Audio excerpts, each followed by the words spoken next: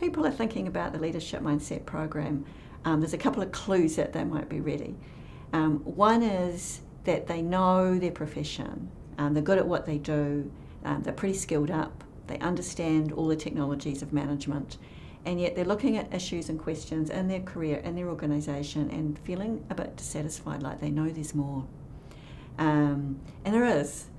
The second thing is that coming to work at a leadership mindset level means unpacking assumptions, seeing things that you were holding as true that you hadn't even realised that you were holding as true, and asking questions.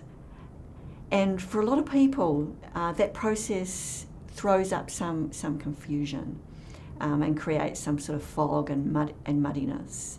Now, people generally tell me by the time they get to the second session that they get it.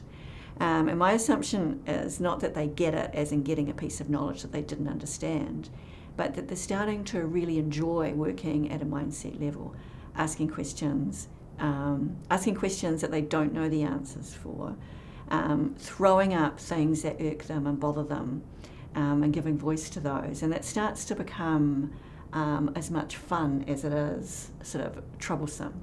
The Leadership Mindset program asks people to apply practice in between sessions. What we're asking people to do, however, is not work in the sense of here is a task that you must complete before we see you again. By and large, it's about being different and engaging differently. So it's not go and complete task X. It's ask questions, it's listen, it's pay attention. Pay attention to things that you have not been paying attention to. So it's not about time, it's about engagement. An example of mindset work during the program that made a difference in the organisation that I'm thinking about is someone who came into the program really frustrated with his organisation, and he was clearly saying that there's a bunch of really bad stuff going on in my organisation and people are not performing well. And he had his eye very much on issues of performance. And pretty quickly during the program, he realised that while he was focusing on staff performance, he'd forgotten about what the organisation was there to do.